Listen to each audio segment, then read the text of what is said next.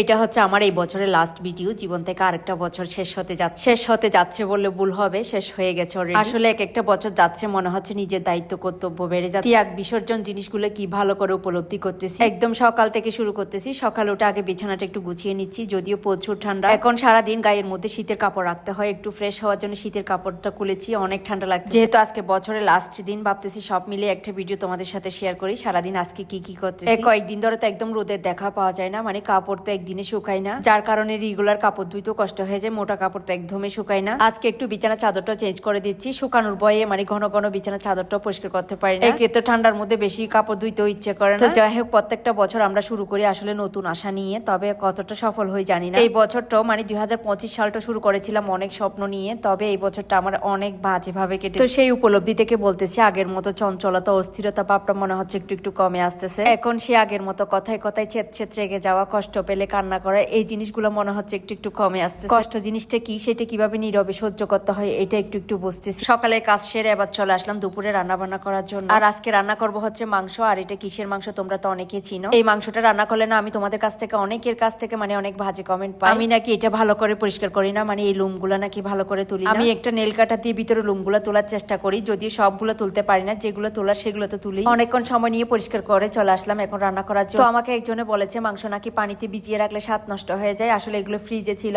আইস চড়ানোর জন্য পানিতে ভিজিয়ে রাখ। আর এদিকে মাংসের সাথে তিত করলা সিদ্ধ করব। আমার না খালি মাংস দিয়ে ভাত খেতে ইচ্ছে করে না, মাংসের সাথে একটা সবজি তো আমার লাগবে। তো ওই দিন বাজার থেকে গাছ আলু এনেছিলাম, ওইখানে অল্প আলু থেকে গেছে, ভাবতেছি এগুলো মাংসের সাথে মিক্স করে দিই। আমি যেহেতু একদম তেল কম খাই, এই জন্য অল্প তেলে রান্না করব। তো মাংসের জন্য আমি এইটুকানি তেল দিয়েছি। এই অল্প তেলে আমি কিভাবে মাংসটা পারফেক্ট করে রান্না করি দেখো। সব মশলা কষিয়ে নিয়ে আমি একসাথে মাংসগুলো দিয়ে দিয়েছি। আর এদিকে ওই যে বললাম তিত করলা সিদ্ধ খাবো, এই জন্য তিত করলার জন্য মরিচ ভর্তাটা করবো। মরিচ ভর্তাটা আমার শীতল ছাড়া মজা লাগে না, এই জন্য একটু করে শীতল মিক্স করে দিব। ওই যে বললাম গাছ আলু দিয়ে রান্না করব, তো মাংসটা কষিয়ে নিয়ে এর উপর গাছ আলুগুলো দিয়ে দিলাম, একসাথে ঝুলসহ অ্যাড করে নিয়ে মাংসটা রান্না করে নিলাম। রান্না বান্না শেষ করে চলে গেলাম ফ্রেশ হওয়ার জন্য। যতই ঠান্ডা হোক না কেন, স্নানটা আমার প্রতিদিন করতে হয়। এই তো এরপর খেতে বসে গেলাম। তিত করলা সিদ্ধ দিয়ে শুরু করে দিলাম। আমার বাসায় আমি না শুধু, আমার মেয়েও পছন্দ করে তিত করলা সিদ্ধ। আমার মনে হয় না কোনো ছোট বাচ্চা এই যে সবজি সিদ্ধ খাবে, তবে আমার মেয়ে না সবজি সিদ্ধ খুব মজা করে খায়। আর আমার কাছে এই মাংসটা এত বেশি মজা লাগে কারণ এখানে হাড়টি বেশি থাকে। যে কোনো মাংসের আমি হাড় জিনিসটা একটু বেশি পছন্দ করি। আজকে রান্নাটা একদম ঝাল ঝাল, অনেক বেশি মজা হয়েছে। আসলে যে কোনো মানুষ হচ্ছে খাবার দাবারের অভ্যস্ত, মানে